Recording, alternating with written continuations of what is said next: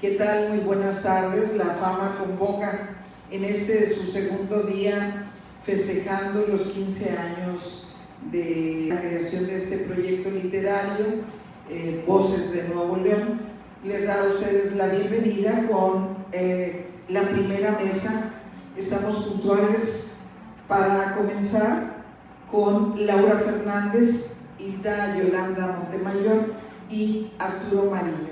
A decir por la silla en la que estoy sentada, parece que el tiempo no avanza.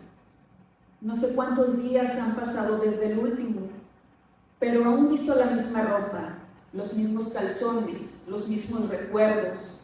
Me gusta oler los aromas que despide mi cuerpo, los confundo con la vida y la muerte, al no saber si soy un cadáver en descomposición o es el hedor de un ser vivo que respira su existencia en olores salados. El primer día que lo vi, de a tiro creí que venía de Terán. Era güero, cachetón, bigotón. Andaba de un lado para otro echando gritos y manoteando. No le entendí nada, puro wiri wiri. Luego supe que era el gringo, el mero arquitecto Don Isaac, el que diseñó la estación del ferrocarril del Golfo, esa que parece palacio. El constructor fue Mr. Fuller, a ese ya lo conocía. Él llegó el 31 de agosto, cuando nos juntamos todos a recibir la primera locomotora que venía del otro Laredo. Hubieras visto el gentío que se apretujaba. Había cristianos a caballo, a pie y en carruaje. Llegaron de todos lados, pero por Diosito santo que nunca había visto una maquinota así. Resollaba vapor y silbaba re fuerte. Muy gustosos todos aplaudimos cuando por fin se paró. Hasta parecía función del progreso. Luego, de uno por uno fueron bajando los hombres del campamento. Esos eran los peones que iban a levantar el caserón. Cargaban con todo, carpas, cobijas, camas, hasta traían dos negros que eran sus cocineros. Por la noche me presenté con el mister y le ofrecí traerle hielo. Ya ves que el calor es canijo y aunque ya habían llegado las lluvias, todavía le colgaba para que refrescara el tiempo. Luego me dijo que sí. Pues cómo no, si el hielo que yo traigo es de la más alta calidad.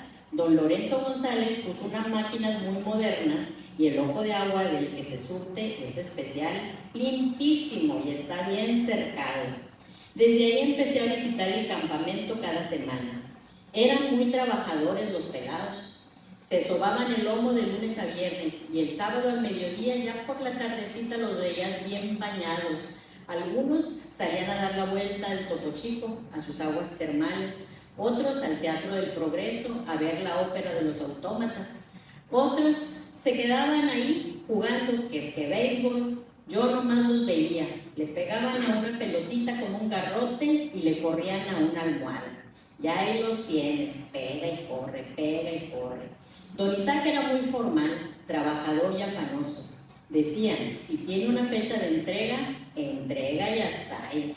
Pero también era rebromista, a veces hasta cargado. No me lo vas a creer, un día me ofreció una manzana y era de Sololoy. Lo bueno que no le di la mordida, si no me quedo sin dientes. Y las risotadas que soltaba el hombre. Estos mexicanos, decía, estos mexicanos. Otro día me ofreció un cigarro, dizque a un habano.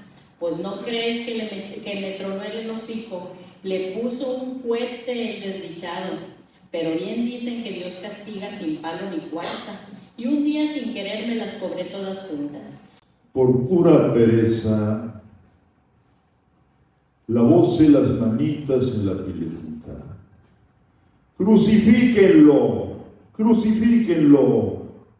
Era la ira de la enardecida chamacada la tardía. Y así, sin más piedad, Jesucristo fue recostado y amarrado en la cruz del ego. Y luego elevado en su flaco y ligero cuerpecillo a mitad del patio.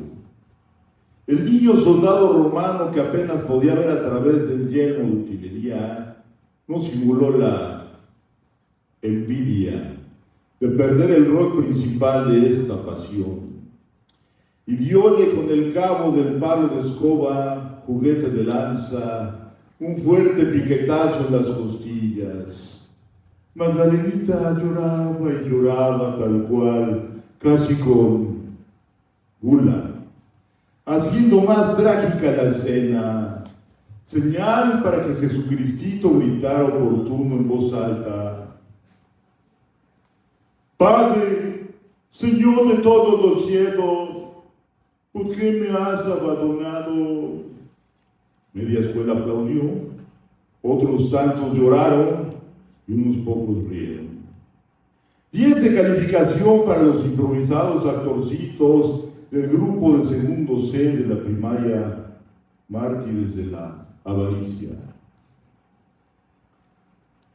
Jesucristito recargó la faz en el pechillo, dejando ver su cabecita coronada con la diadema de espinas de hule. Desde los 2,50 metros de altura de su cruz miró a la soberbia mis milagros saltar eufórica, rebotando los pechos como pelotas en el escote, encantadora, golpeándose incluso la barbilla. Entonces, Jesucristito, con toda la pena, tuvo su primera memorial leccioncita. Clavo desclavado parecía. Así se inventó la lujuria chiquita. 10 de calificación para la soberbia Miss Mili, pero 5 para Jesucristito. Jesucristito, Jesucristito, Jesucristito le pusieron 5. Jesucristito, ¿cómo va esa fe? ¿Cómo anda esa fe? Jesucristito, Jesucristito le pusieron 5. Ese Jesucristito, ese Jesucristito, yo te pongo bien, yo te pongo bien. Desconozco si lo tuyo y lo mío alcanzará alguna vez la eternidad, o si podrá llegar a ser romántico y glorioso hoy. Solamente sé que me gusta despertar a tu lado, caminar junto a ti, estar así, invadido de él. Dulce y tierna lo amaba, y dichosa día a día lo cuidaba. Él era apacible y encantador, pero también arrogante, presumido y voluntarioso. Se creía en el mundo el más fuerte y poderoso. Ella todo el tiempo lo abrazaba, con amor lo calmaba, de día y de noche, a todas horas, aunque él ni lo notaba. De noche, ay, de noche, nadie sabe lo que pasaba. Eran ellos dos mirándose fijamente, abrazándose, fundiéndose sin tocarse. El furioso y temible mar era con ella como el más obediente capitán. La luna lo dominaba y a él eso le encantaba. El tiempo no se detiene, pasa veloz como un susurro que se esfuma entre los días, y aún así sigues en la comisura de mis labios como un nombre que no me atrevo a pronunciar. Hoy mi corazón te busca con la desesperación de quien sabe que no te encontrará. Siento un vacío en el pecho, un abismo que se expande con tu ausencia. Duele, ahoga, un nudo se aferra a mi garganta y me asfixia en silencios que nadie nota. Fingí estar bien para evadir preguntas que no tienen respuesta, pero mi mirada me traiciona, delata el peso de la pena que cargo en las entrañas. Quisiera desvanecerme, ser solo brisa, humo, olvido, pero el dolor me golpea con la fuerza de un recuerdo que se niega a morir. Entonces escribo, porque entre letras la herida se abre, pero también respira. Entre letras me permito llorarte sin testigos, gritarte sin sonido, abrazarte sin que estés presente. Y es aquí donde te nombro sin pronunciarte, es aquí donde me quedo entre mis letras. La tierra donde te sientas en el cerro de la silla, donde el cabrito se revuelca en las candentes brasas, donde somos tan abundantes que tenemos un grupo bronco, una región que de transparente no tiene nada, como diría Carlos Fuentes, y sí el ardiente sol de Alfonso Reyes, una obra de teatro bien montada por la Nena Delgado, que parodia al rico de San Pedro y al pobre de la Sierra Ventana, un mercado en cada esquina que ofrece las perlas de la vida o la crónica de una muerte anunciada en todos sus rincones. Unos vientos de grandeza que te llevan a las estrellas del Museo Marco, donde sales y te estampas en los cráteres de cada bache, donde brillan las balas de los sicarios con sus mensajes asesinos, o te pierdes en los callejones de Colegio Civil. Un encuentro de culturas y mágicas recetas de cocina que recorren tu rostro a la velocidad del callado metro, porque la raza viene de allá y se queda acá, donde la Alameda te recibe con los brazos abiertos, porque sabe que ahí puede pasar cualquier cosa, la pomposa sociedad del conocimiento que está presente y a la vez ausente, porque tiene las mejores plumas literarias aquí presentes, que retratan el Monterrey que ya se fue, o el Monterrey del programa de Chavana. Si reviviera Celso Piña, haría bailar de nuevo a Gabriel García Márquez o llorar a lágrima tendida por los caminos de la vida. Y al cielo, seguía preocupada. Al mediodía fue a una librería, buscó el libro, pero no lo encontró. Pensó en irse a casa y olvidar el asunto que no podía sacar de su mente. Las palabras de aquella mujer, busque el libro, ahí está la respuesta. Fue a otra librería y a otra hasta que entró a una. Preguntó por el libro y afortunadamente ahí estaba. Lo hojeó, lo pagó y se lo llevó a casa. Llegó, se preparó un té y se sentó en un sillón junto a la ventana. Empezó a leer, pero se quedó dormida. Apareció de nuevo la misma mujer que había visto en el sueño anterior. Ella le dijo, lee la página 111. En eso se escuchó un ruido muy fuerte. Era un trueno que retumbó en las ventanas. Un relámpago iluminó todo el cielo. María se estremeció. Abrió los ojos, pero todo estaba oscuro. Se había ido la luz. Se fue a tientas a la cama y se volvió a dormir. Al siguiente día despertó y corrió al sillón por el libro. Lo abrió, buscó la página 111. Encontró una frase que llamó su atención. Decía, el camino es polvoroso y lleno de piedras, pero continúa por él. Estás a punto de salir. Todo lo que deseas ya está en camino. Viene hacia ti. Espera. María se quedó pensando en esas palabras. ¿Cómo apareció esa mujer en el sueño? ¿Cómo supo en cuál libro y página estaba la respuesta del problema de María? ¿Sería casualidad? Por raro que parezca, las palabras del libro le dieron paz. María siguió su camino. Unos cuantos días después recibió una llamada que le cambiaría la vida. El estrés y la preocupación que tenía al fin desaparecieron. El siguiente cuento se llama Jovita. Mónica sentía que algo estaba afectando su desempeño laboral. Se sentía estancada. Algo le impedía avanzar. De un tiempo a la fecha, las cosas no iban como antes. Una tarde fue a comer con Carmen, su mejor amiga, y le contó lo que sentía. Carmen le dijo que buscara a Jovita, una señora que tenía fama de limpiar a profundidad los rincones de las casas. Mónica le dijo que su casa estaba limpia, que no necesitaba ayuda con eso. Carmen se rió y le contestó, no rechaces la ayuda de Jovita. Verás que si ella va y limpia tu casa, todo fluirá. Carmen le dio el teléfono de Jovita. Después se despidieron y se fueron del restaurante. Oigo en tus quejas crujir los esqueletos en parejas. Oigo lo que se fue, lo que aún no toco. Ramón López Velarde. Hermano, le envío mi más febril saludo. Entre nosotros solo hay pureza. Me encuentro emotiva, aquí, frente al tocador, remachándome a la frente nombres fantasmales, himnos azules, de guerra plasman mi conciencia. En vos he pensado arduamente, nademos que oigo en mí el mar, y no encuentro el halo luminoso del sosiego.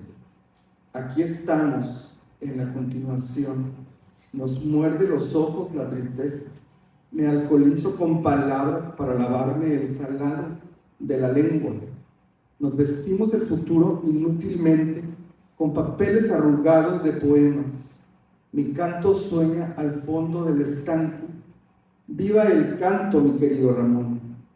Con trompeta le pongo tu pantalón de niño, hermano mío. Festejemos en canto. Con trompeta me pongo tu pantalón de niño. Perdón. Las estrofas brotan del geranio inflamadas de libertad. Latidos del ahogado con música, fugitiva del canto. Mi lengua lanza arena, oruga de marisma. Cantar es apoyarse en el abismo, echar la balsa al cielo. Dios, apiádate del canto intenso y breve, con el que yo misma a diario me peleo. El canto es una brasa, lacónica al oído. Cantemos para saber si estamos muertos, vivos. Pensamiento, agua despierta de alegrías, ágil y agria melancolía. Oscurecida vuelo en un hilo. Amarillo, el agujero del zapato, rechinido de columpio, con plumas de ganso, relleno mis flacas piernas. Latente estoy, amenazada en versos, humanamente civilizada. Globos escapan, fugaces, de mi frente, silbatos de trenes, vagones, hojas, rayos de música flotan en mi cama. Nuestra es la balsa del canto, un colibrí, envenenado luminosamente despierta y escucha el canto de mi taller. La cama, cúpula de mariposas, te lleva al precipicio. Gloria al Cato, hermano, gloria patri et filio. Esta noche el canto está perdido. Mi niña, ¿cómo has crecido?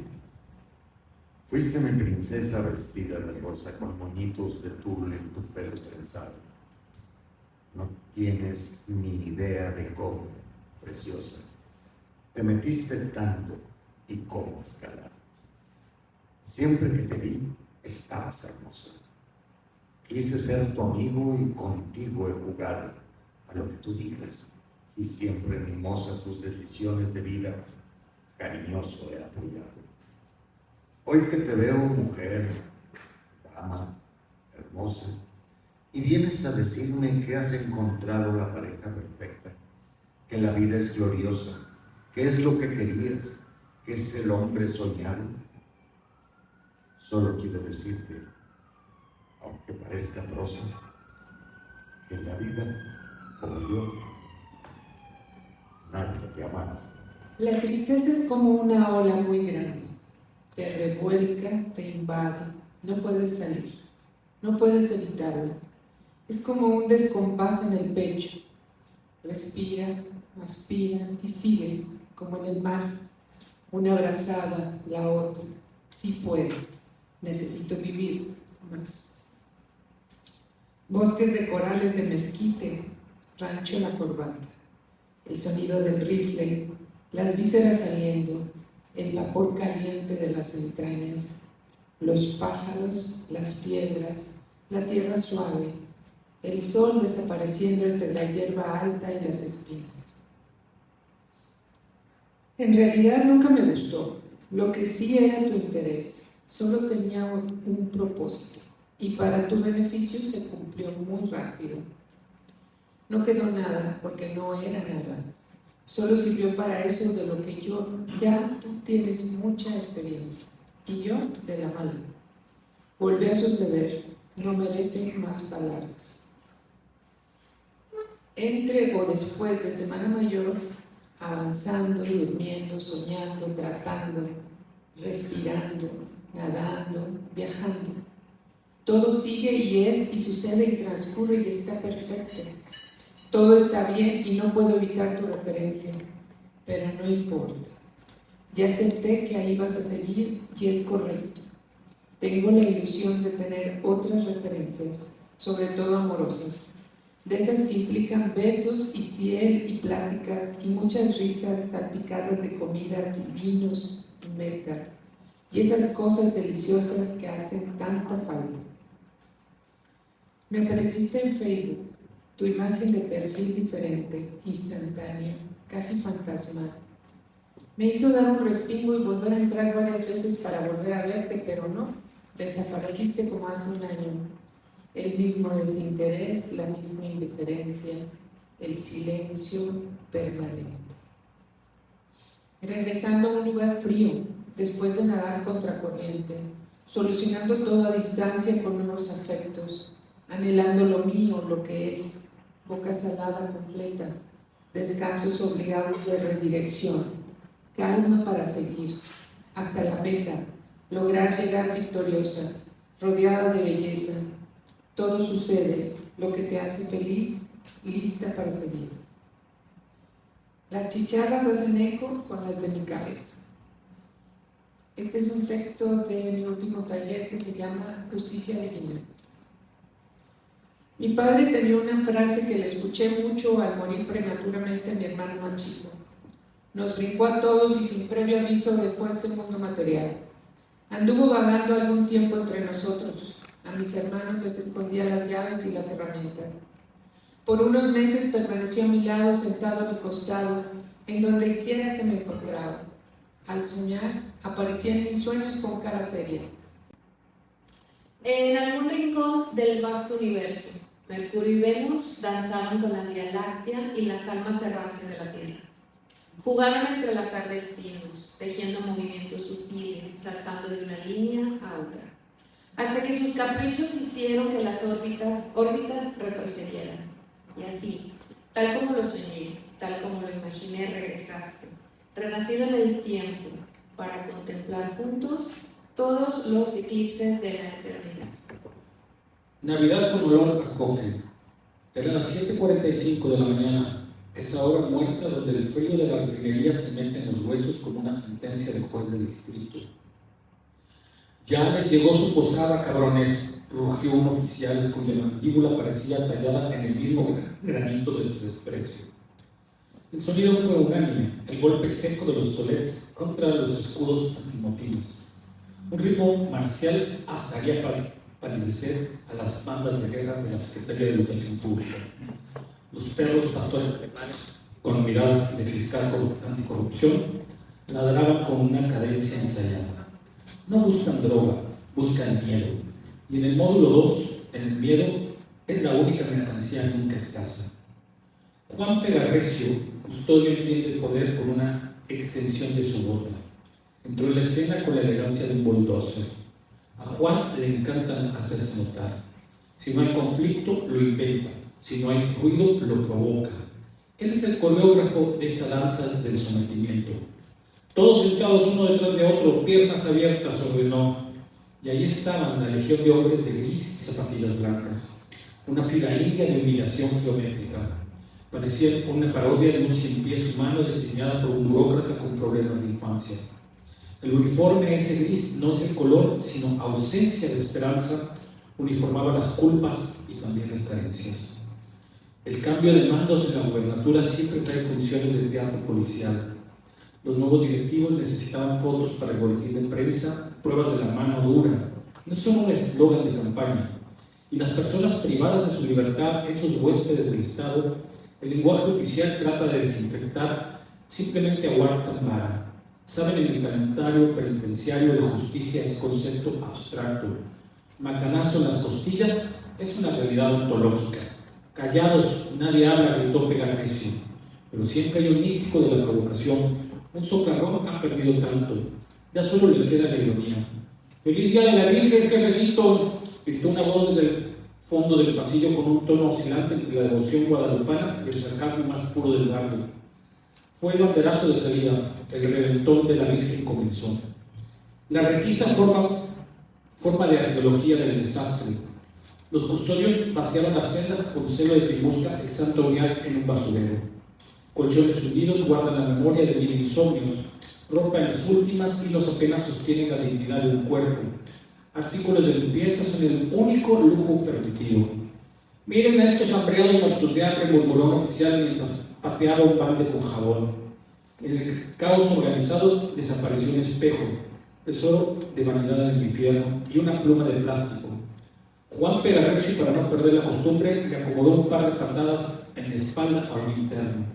No se agachó lo suficiente, no fue por disciplina, fue por estética del amor y del poder. Pegarrecio necesita confirmar su existencia a través del dolor ajeno, es porque es una forma de abrazar. El ecosistema del penal, la ensalada de identidades rotas, están los desviados, aprovechan los minutos de aseo para recordar el deseo, no sabe de rejas. Los evangélicos, con la mirada perdida en el cielo mientras la refinería nubla, los católicos hoy esperan un milagro y recibieron una inspección de cavidades, y hasta los empresarios de la comunidad, esos de afuera movían millones y aquí mueven turnos para el teléfono. Su simple imagen me cautiva, la brillantez que da proyecta sombras misteriosas, y el viento juega con tu pelo.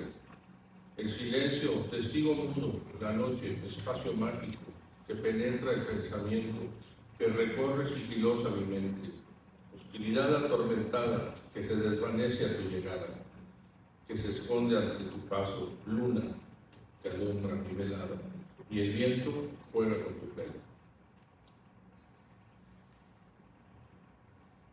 Despunta el sol irrumpiendo con la noche, la sombra se disipa irrumpiendo con el sueño. Hoy entre nubes y reflejos, entre viento y resolana, iré cubriendo con mi sombra tu presencia en mi memoria, irrumpiendo la nostalgia de tu ausencia imaginada. Presente. Solo lo que tenemos es el presente. Espero que siempre queden en mi memoria esos momentos. Tus ojos viendo fijos los míos. Qué mirada tan hermosa y transparente. Sé que solo en lo profundo del mar he visto eso que he visto en tus ojos.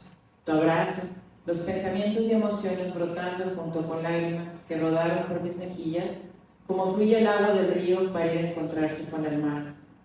Verte en ese momento radiante como amanecer en primavera. Brillas como los hilos de plata que tejían la luna llena que vi la otra noche de enero, aquella la primera del año. Sí, así natural, así de brillante, así de grande, así como astro inalcanzable te veo. Eres tantas cosas tan hermosas y bellas, tan infinito y etéreo como el universo mismo. Me quiero quedar con ese momento, ese en el que tu vida y la mía se conjuntaron y compartieron estrellas, y nombraron constelaciones que ahora podemos mirar en el firmamento para cuando nos sintamos perdidos, encontrar de nuevo el rumbo.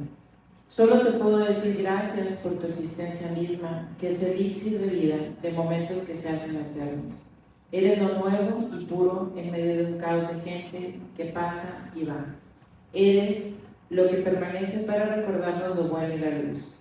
Gracias porque ahora puedo mirar el cielo nocturno y pensar en que la vida es mejor porque existes y siempre serás parte de mí. Y aún no voy a la mitad del poema y ya te estoy pensando, ya te estoy describiendo. Quiero decir que el otro día me quedé pensando un verso y a fuerza de encontrarlo me sentí perdido. Y las palabras me sobresalen como después del esfuerzo humano de mover escombro y encontrarse un juguete muy lejos de su dueño. Hoy no quiero pensar en temblores, pero puedo asegurarte que después de uno siente la fiebre de encontrarse con quien ama y no saber qué decir. Y en el preciso instante, querer que el braille nos brote como una migaja en la piel y dedicarnos a ese pequeño devocional que es el abrazo. Canto primero, mucho antes de las horas que marcan los caminos, la voz se extendió sobre las aguas y un hálito sutil, desmitificado y puro, dio vida al espíritu que habita al reverso de las cosas. Ahí alzó el grito y tembló el universo. Estelas luminosas amándose, pariendo el destello, un mundo donde la nada era nada, recién creado y sin nombre, y fue el canto y el suspiro y las aves lo que predijo que por la palabra se creó un mundo, solo queriendo cantos que vivan para siempre, solo queriendo flores que perduren en las manos. En la piedra entonces nueva el reflejo del agua, justo en el corazón del universo, el ombligo de la luna, su centro, que aún no apriete de tierra, para que vivan los seres, fundar pueblos, forjar historias, y el verso recreándose en sus labios, escuchando el susurro de los hombres, y llorar de emoción cuando termine el poema. Ahí fue el pan y el gozo, la miel entre los dedos, donde se mece el cuerpo entre las olas, donde canta la grulla y se extienden las murallas. Ahí es preciso, donde nacer y morir es parte de lo mismo, sin credos ni normas ni falsas promesas, se crea el poema entre el alma y el destino. Pero el hombre es infinito, insignificante y estúpido, que prefiere el dolor y la miseria. ¿A dónde irá el verso cuando sea abandonado por aquellos que pasan su pena encendiendo velas? Cuando la mamá llegó a la escuela por su hijo, lo encontró muy serio y callado. A ver, chaparro, cuéntame, ¿qué aprendiste hoy? El infante la miró como decepcionado de la vida. Entonces habló de forma determinante. Mamá, ya no quiero venir a la escuela. Pero si la escuela es muy bonita, ¿por qué dices eso? El niño no aguantó más. Estaba frente a su madre, tenía que decírselo. Solo así sentiría alivio. Esdrújula es una palabra esdrújula. Grave es grave. Hasta aquí todo bien. Pero hizo una pausa para retomar fuerzas y luego añadir con angustia: ¿por qué aguda no es aguda? La señora se quedó pasmada, sobre todo porque su hijo tenía razón. En sus tiempos de primaria, a ella nunca se le hubiera ocurrido cuestionar eso. Y lo peor del caso, mamá, es que se lo pregunté a la maestra. ¿Y sabes qué me respondió? ¿Sabes qué me respondió? Me dijo, porque sí. ¿Eso es la escuela que los niños necesitamos? Su hijo no habló más, ya todo estaba dicho. Solo hizo una mueca de indignación y se cruzó de brazos. Ella sabía que tenía que encontrar una respuesta y con ternura le acariciaba el pelo.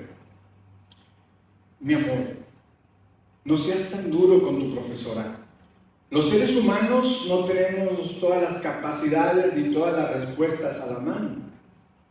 ¿Qué tal si en ese instante ella se sintió mal por alguna razón? Ahora, en cuanto a tu pregunta, es muy sencillo. ¿Qué es la palabra aguda? Dime.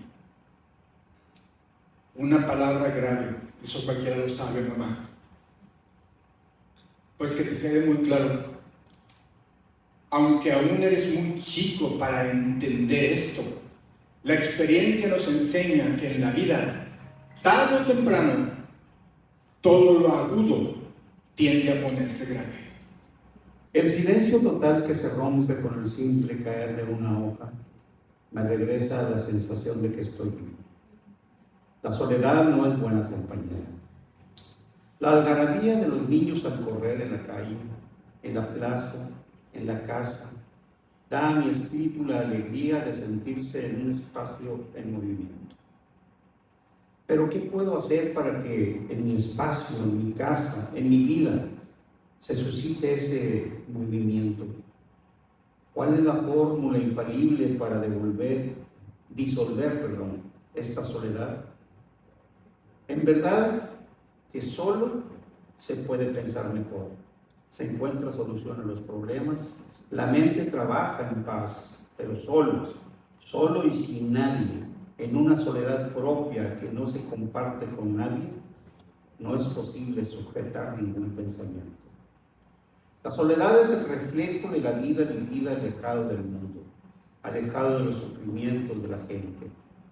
Es reflejo de la vida vivida inmerso en un espacio propio, no compartido, enclaustrado en un mundo propio. Es un precio muy alto, la soledad que se tiene que pagar por vivir alejado de la realidad. El hijo pródigo terminó de leer las parábolas del hijo pródigo y se dijo que él era un hijo pródigo similar al que leyera en el texto bíblico. Al igual que aquel pidió la herencia a su padre, era un empresario en el área de embutidos y le había derrochado el alcohol, juegos de azar y mujeres que cobran por sus caricias.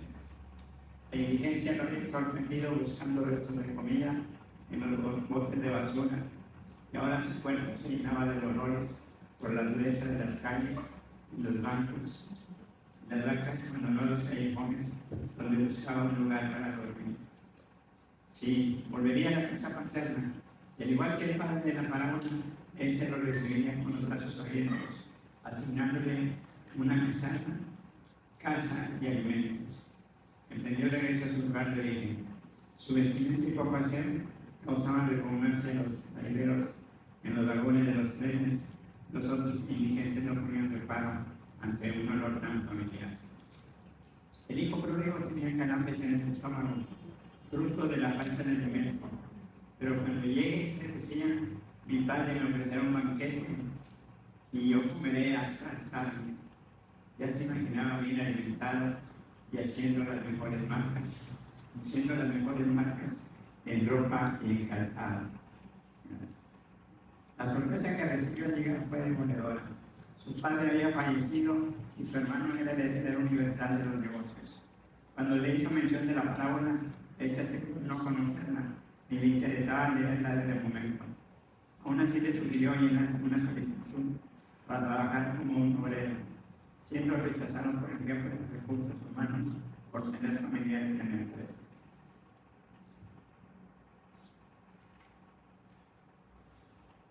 El hijo pródigo vagó por la ciudad mendigando su alimento. Recordando antiguas amistades, fue a donde se reunían con amigos, mas estos ordenaron a los guardias retirarlos del club con el pretexto de no reconocerlo. Su exnovia tiró tremendo gritadero y tuvieron que sacarlo en señores del edificio donde ella trabajaba. Entonces se acordó de una tía solterona, hermana de su padre. Ella, que sí había leído la parábola, extendió su mano, su casa y su cartera. Ahora él espera que ella muera. Según el testamento firmado ayer por la tarde, él le heredará todos sus bienes, mientras el joven se entretiene paseando en su moto Kawasaki. Más adelante, en el cruce de la avenida, un tren se aproxima a 200 km por hora. No tiene frenos. En un minuto enriquecerá sus llantas con la sangre del muchacho. En la defensa delantera se usará una leyenda. El hijo pródigo regresa a casa. Las tumbas hablan, las lápidas guardan mensajes. Es interesante, pero las personas que murieron de una u otra forma nos siguen demostrando de su presencia. La poesía que trasciende, sonetos aleccionadores que se quedaron como legado a la posteridad. Hay muchas referencias indudablemente repartidas en nuestros cementerios, pero esta que les voy a contar está en el panteón de un pueblo fantasma, abandonado como le dicen. Está en el panteón municipal de Guerrero Viejo, Tamaulipas, una de las villas del norte establecida en 1750 por José de Escandón, junto con Camargo, Reynosa, Mier y San Agustín de Laredo. Originalmente se llamaba Revilla, pero en 1829 se le cambió el nombre por el de Guerrero en honor al entonces presidente como insurgente que participó en la consumación de la independencia en 1821. La vieja ciudad de Guerrero está situada en un llano bordeado por los barrancos de dos grandes ríos, precisamente donde el río Salado se junta con el Bravo o el Grande del Norte, y donde se formaban las pequeñas cascadas que impedían el avance de los barcos de vapor en el siglo XIX, siempre expuesta a los salvazos de los llamados indios bárbaros como filibusteros y rangers tejanos que pasaban a suelo mexicano con la excusa de buscar ganado como ladrones. Con los tratados de límites y aguas se dispuso que toda el agua de los ríos del noreste mexicano que pertenecía a Estados Unidos, quien permitió la construcción de presas para asegurar el abastecimiento y las actividades agrícolas como ganaderas en la ribera del Bravo. En 1952 comenzaron a construir la cortina de la Gran Presa, la presa Falcón, y la autoridad federal anunció al gobierno del estado de Tamaulipas, quien advierte y ordena que todos debían abandonar sus solares y tierras donde nacieron. Estar en una de esas ruinas nos evoca los sentimientos de sus moradores. Me vienen a la mente lo que ellos seguramente pensaron: ¿cómo dejar los solares y los sueños que los ancestros realizaron a lo largo de 2 siglos? Fue una decisión difícil, pero como una forma de apoyar a las familias les construyeron unas casas en la cabecera municipal a la que llamaron Nueva Ciudad de Guerrero, en la que se reunieron los expresidentes de los Estados Unidos, Dwight Eisenhower y Adolfo Ruiz Cortines, el 19 de octubre de 1953. Hicieron la presa y la cortina, y ya taponeado el río Salado, toda la población quedó inundada, excepto el Panteón Viejo y algunos solares. La arquitectura, los materiales, los decorados de las casas como del templo y del panteón son especiales, con grandes bloques de piedra arenisca que abundan en el subsuelo de esa heroica tierra donde nació Pedro Flores Fuenteillo. Sí, el año en que renunció Iturbide se convocaron a la creación del Congreso Constituyente, cuando se discutía la posibilidad de formar una sola entidad de las provincias del Nuevo Reino de León, San Francisco de Coahuila, Nuevo Santander y Texas. El ganadero y sargento de la Compañía Volante, el 2 de mayo de 1823, don Toribio Flores, se apresuraba a su esposa María Ignacia Buentello para que cargara al niño y lo llevara al templo de San Ignacio de Loyola, de la vieja Revilla, para su bautizo. El viento está furioso, sopla constantemente, vociferando su soledad. No comprende su tristeza, delira con que jamás podrá sanar. Grita desesperado sus miedos, derribando nuestros sueños. Alguien que le explique que eso es pasajero, alguien que lo consuele, alguien que le haga entender que el amor suele ser perecedero, alguien que puede eliminar su dolor. El muy infame no tiene compasión, pues sopla tan fuerte que ahuyenta al noble sol. La luna ha tratado de confrontarlo, pero sus esfuerzos han sido en vano. Las estrellas optaron por abandonarlo. Creen que su dolor es contagioso, que no pueden sanarlo. No saben que solo está enamorado, que es cuestión de tiempo para olvidar a ese ser que lo ha destrozado. Pero, ¿cómo van a saberlo si ni el propio viento puede entenderlo? Es por ello por lo que no para de soplar. Se siente moribundo. ¿Algún voluntario que lo quiera ayudar? Dijeron que no podrías volar, pero naciste para dominar el viento. Compararon tu canto con el de otras aves, pero el tuyo era inconfundible y se distinguía entre los truenos. Comenzaste a sentir que tus plumas eran lentas y pesadas cuando alcanzaste las montañas e ignoraron tu hazaña. Así que te fuiste a otras tierras y cuando todos estaban desprevenidos, nuevamente desplegaste tus alas y entonces no tuvieron opción más que reconocer tu grandeza. ¿Qué sentimientos se habrían despedido de este mundo los primeros que morían? Más por tristeza que por enfermedad, al contemplar en torno al lecho a sus parientes y amigos, afligidos, tristes, con los vestidos enremendados, las manos callosas, con los pies descalzos y todos con el alma cansada. Mal se habrán acordado de aquellos que les ofrecieron el oro a flor de la tierra, y en la sencillez de sus mentes de esos hombres y mujeres que trabajaron la tierra que les dio de comer, ¿cuántas veces le habrán preguntado a Dios por qué les inundó sus tierras el río Piave? La imagen de la tierra se escapa al implacable escrutinio del ojo avesado. Un cielo tan duro como apacible, rememorante de esa tierra que nos hubieron robado. Lame con piel de salamandra, escamas de un río en el que nuestra madre debió llorar amargos partos, asesinando la posibilidad de estallar el núcleo de sí, haciendo que de la semilla emerja violento el delfín minotauro. Salvaje dominador, certero consciente de la acidez del suelo, ese solio que promete eternidad, disolviendo de un plumazo la ingenua fantasía de un rostro terso, magnífico. El perfil ajado y endurecido por una desilusión de adolescente soñadora, berreando el engaño de un ultraje quinentenario que niega la piedad, comulgando con ese suelo que reseca, impidiendo que el cuerpo despojado por la negra muerte devenga con él. Polvo consciente de la materia que abrazando le niega eternamente.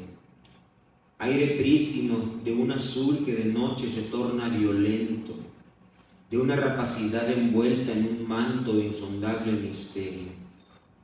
Y es ahí donde se le busca, en el ardor de un silencio morisco, en la arrebatada embriaguez del rollizo andaluz, barbaján de 1000 dioses encarnados en un barbado desconocido, idealizado, insospechado palaciego, anhelante de deidades amorfas, mortuorias, bastardo del ultraje árabe, ignorante de las 1000 causas de venidas santos, Mictlán convertido mártir, conclusión de un transformar su sangre en fango, caldo primigenio de una mixtura como falso símbolo de monigote denigrado, y la tierra que abraza, y la tierra que abraza, que abraza la tierra, fuego de especias pomodoro, festín de canela junto a nuestras momias,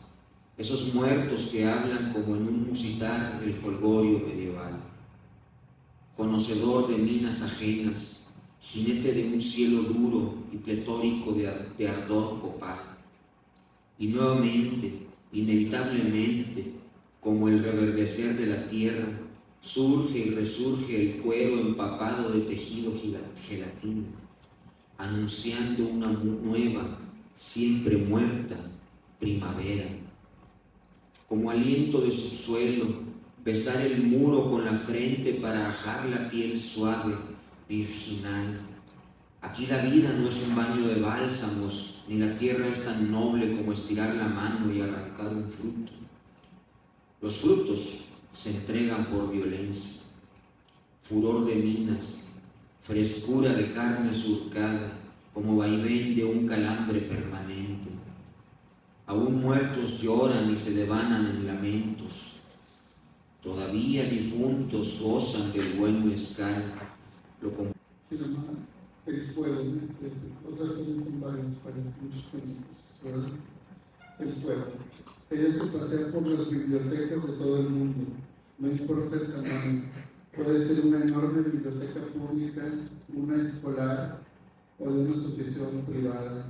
Puede ser una biblioteca personal de unos cuantos ejemplares, incluso de uno solo, colocado prolijamente, religiosamente en un estante.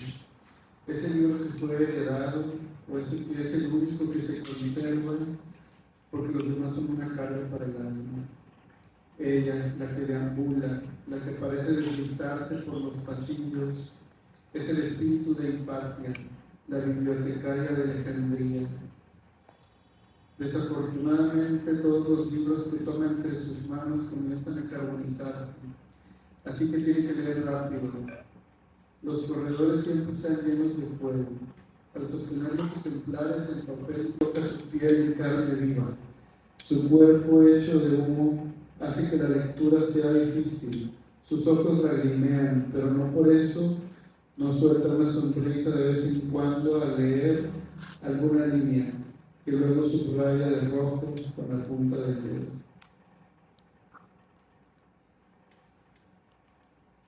Y bueno, ese fue el fuego.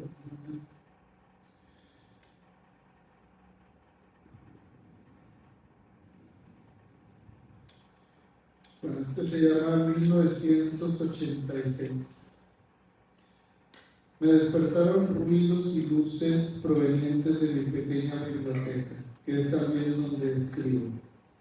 Entré a revisar, no pude ver nada, pero sentí una presencia. Las hojas de los libros comenzaron a desprenderse, volaron atraídas hacia una silueta de apariencia humana que se formó con ellas. Dentro de la figura los papeles siguieron moviéndose como entre diferentes remolinos. Se abrieron los cajones de mi escritorio y pasó lo mismo con las páginas de mi novela en la que llevaba años trabajando. La figura se fue definiendo poco a poco hasta asemejarse a una escultura de papel maché que representaba a una persona. Se sentó ante el escritorio y quedó pensativa durante unos instantes. ¿En qué termina?, dijo. No sé, estaba explorando las posibilidades. Esa era la única copia. Vaya, supongo que nunca lo sabré, dijo. No, y creo que yo tampoco. Se levantó y salió caminando torpemente por la puerta. Este primer poema se lo dedico a mi mejor amigo Martín Zorrilla Núñez. Él falleció en un accidente el año pasado, el 28 de julio del año pasado, y eso es algo fuerte, pues que me duele en el corazón. En un dichoso camino donde tu alma con mi alma se encontrara, como la risa alegre de un niño en el cuadro de una artista retratada, me encontré al destino disfrazado, como de Bernini el angelito, que a la pasión de Santa Teresa bien guiaba. Oh cúspide suprema de la más suprema gracia, donde la dicha eterna en su trono, con amor en las sienes coronada, terrible visión desdobla, que al mortal hiere y al alma llama.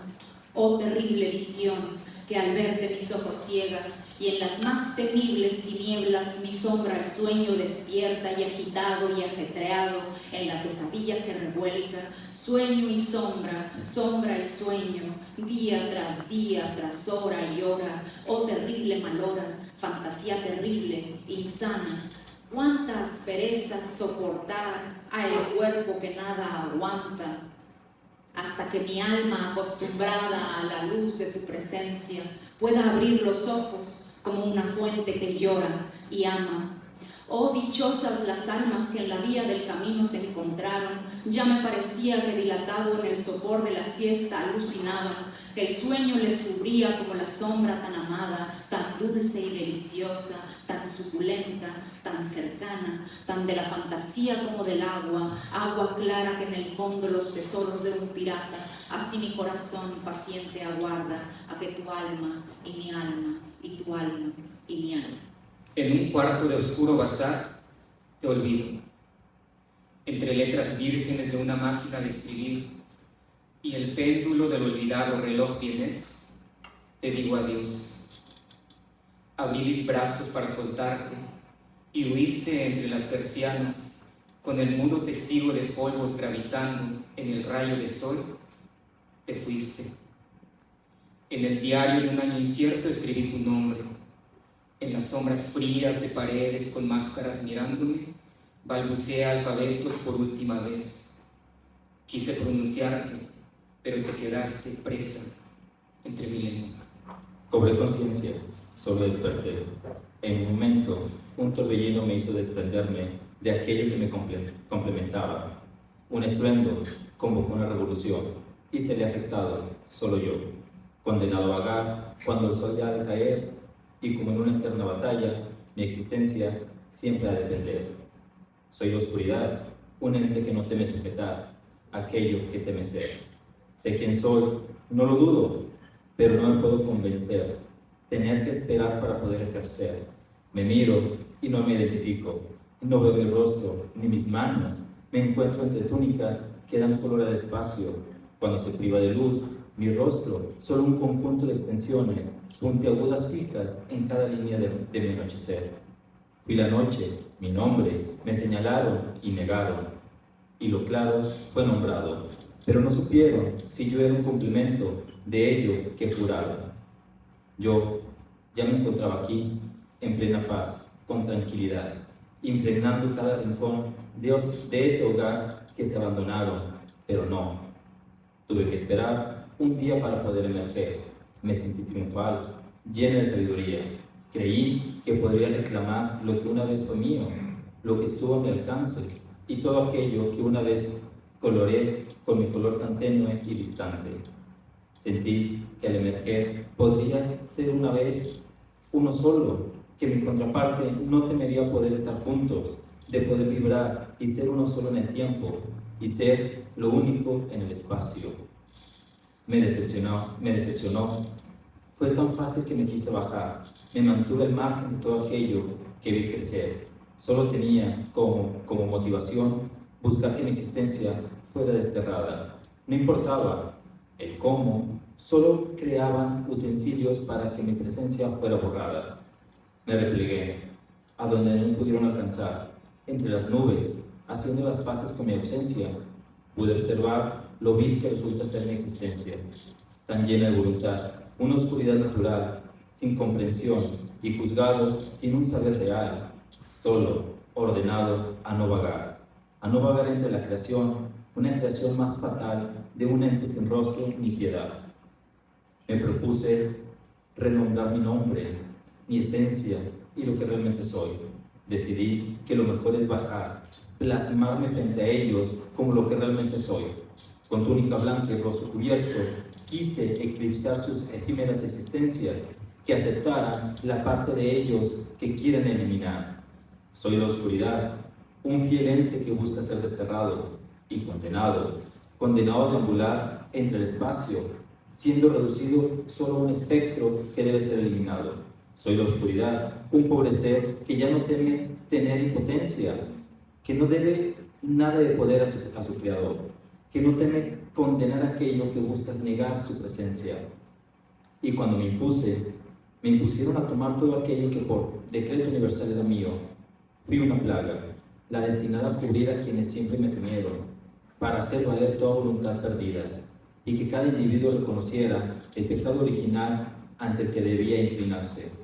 Entonces me convertí en lo temido de lo mortal, en aquello que toda luz necesita negar para seguir llamándose guía. Soy la oscuridad, la misma que un día negaron, la que desterraron, la que, sin nombre, permaneció en cada vacío que dejaron, porque ninguna luz puede proclamarse eterna mientras siga huyendo de aquello que la complementa.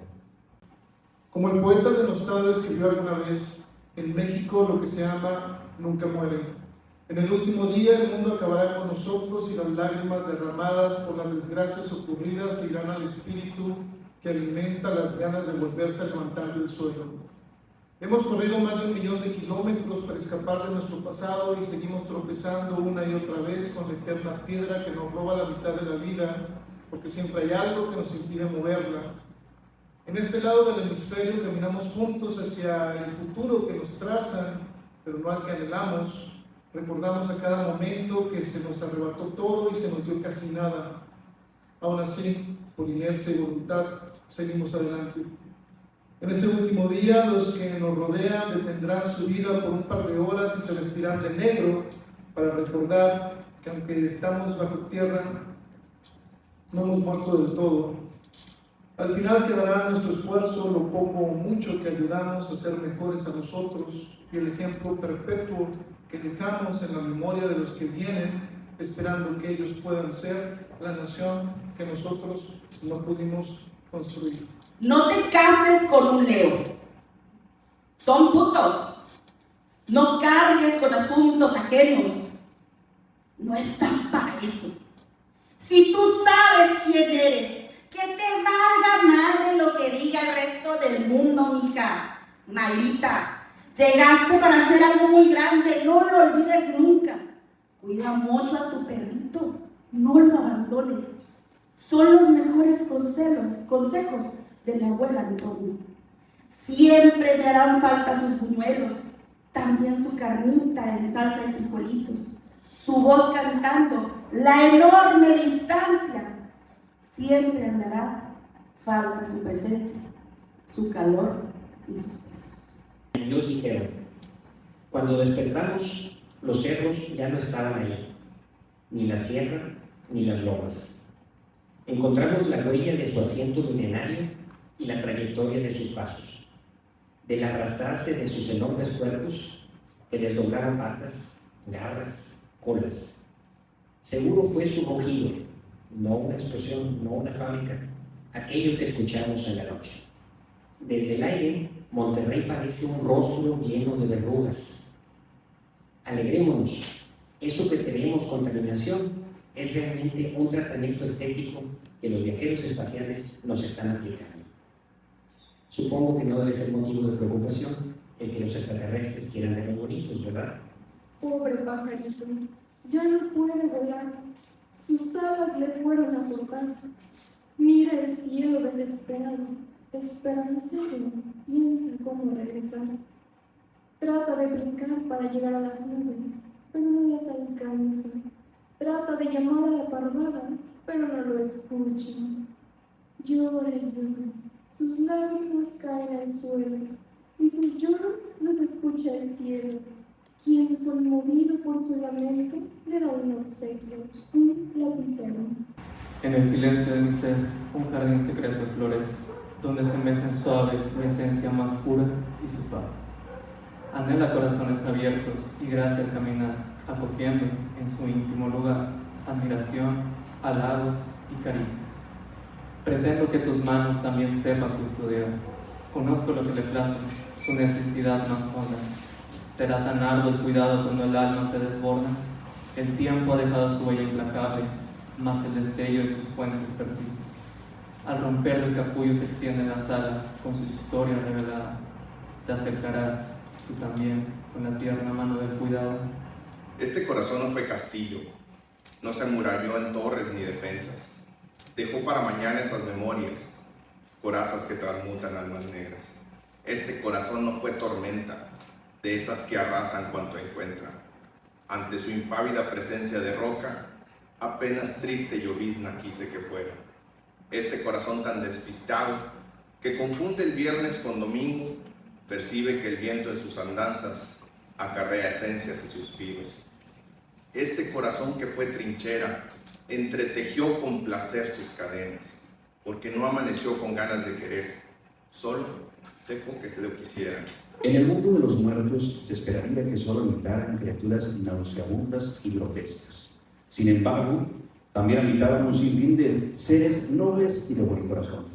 Si bien al morir las almas se convertían en fantasmas, a algunos otros se les daba el don de reencarnar en algún otro ser. Chloe es una chica de 13 años, rebelde y obstinada. Había aparecido cruzando la calle, reirán muchos por la forma en que falleció. Y aún más gracioso resultará saber que fue solamente por un banano. Chloe tenía tantos planes por delante, bailaba mejor que cualquiera de su clase, pintaba con una naturalidad prodigiosa y poseía un gran talento para tocar instrumentos. En conclusión, Chloe hubiera sido perfecta, de no ser que odiaba a los bananos.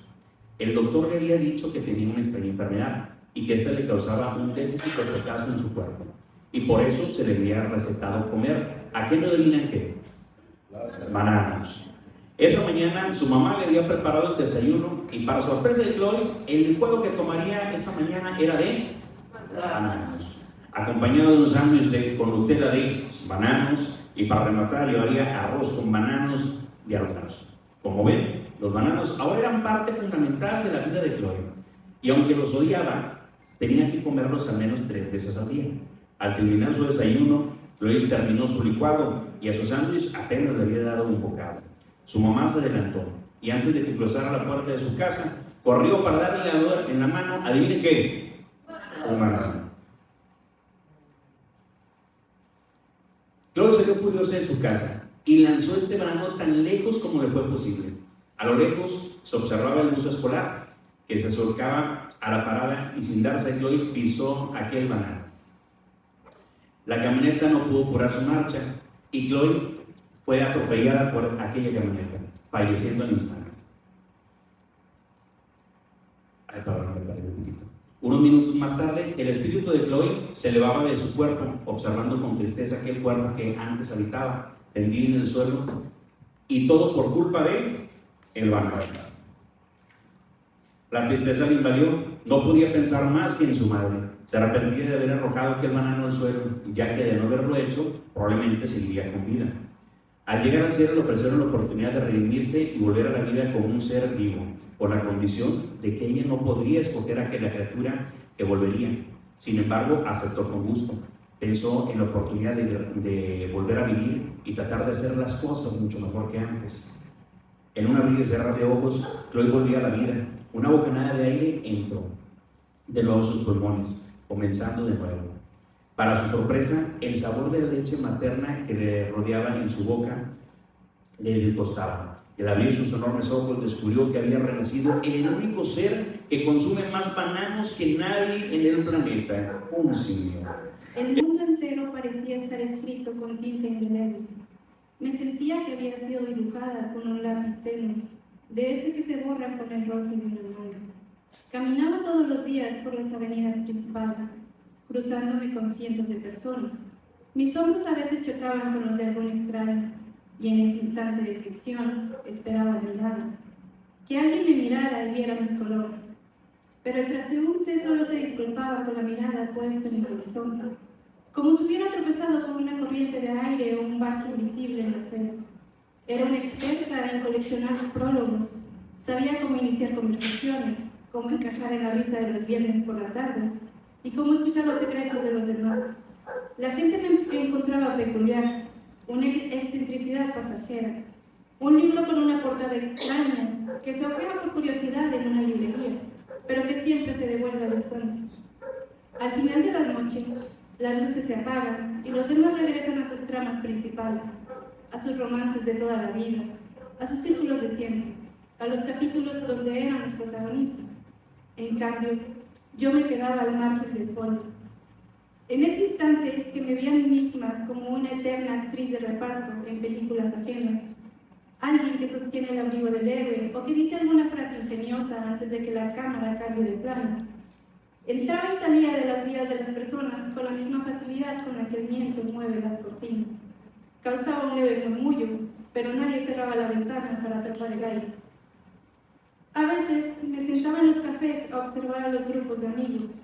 Veía los hilos invisibles que los unían, códigos internos, abrazos que no necesitaban explicación, historias compartidas que pesaban años. Estiraba la mano intentando enredarme en alguno de esos hilos, pero mis dedos solo encontraban el vacío. Me he convertido en una estatua de sal en medio de una habitación sin corrientes de aire. A mi alrededor, el mundo corre con la urgencia de un río desbocado. Las estaciones cambian, la gente ríe, llora y avanza, pero el invierno se ha quedado a vivir bajo mi piel. Soy un minutero que se ha soltado del engranaje. El reloj de la pared sigue marchando, pero su eco solo confirma mi propia inmovilidad. El tiempo no transcurre para mí, simplemente me rodea, denso y pesado como el agua estancada. Estoy atrapado en un presente eterno y claro, un limbo donde los días no se diferencian de las noches, y las semanas solo son nombres en un calendario ajeno. Tú no eres tú. Sé que puede parecer curioso, pero realmente tú no eres tú. Somos un poco de todo lo que aprendemos en nuestras vidas, de todo lo que escuchamos y todo lo que vemos, de todo lo que nos dicen, de todo lo que no nos dicen. Somos algo más de lo que pensamos que somos. Es raro escucharlo, porque siempre nos han enseñado que somos lo que somos, pero no es así. Somos lo que decidimos ser cuando empezamos a ser conscientes. Así soy yo, y si no te gusta, te puedes ir. ¿Alguna vez has escuchado eso? Es lo que más se usa cuando alguien no quiere admitir que sabe que pasó algo que no debía pasar, algo que quizá debía trabajar o cambiar, o no lo sabe quizá. Pero yo soy así, y así vivimos, pensando que así somos, que estamos determinados a ser de la manera que somos, y no digo que estemos mal, pero ¿cuántos de nosotros no tenemos detalles que quisiéramos cambiar? Y quizá esta idea, yo soy así, nos limita a lograr esa posibilidad. ¿Recuerdas cuando es el momento en el que actúas con más impulsividad, en donde tu reacción es por mero estímulo y qué ha pasado cuando reaccionas sin pensar?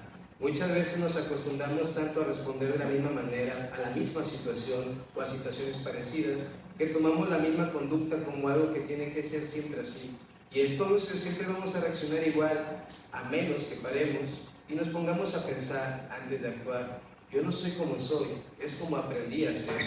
Ya concluyó la última mesa de La Fama Convoca y estos personajes que tenemos acá son los sobrevivientes a este día, que es el último día del Maratón Voces de Nuevo León.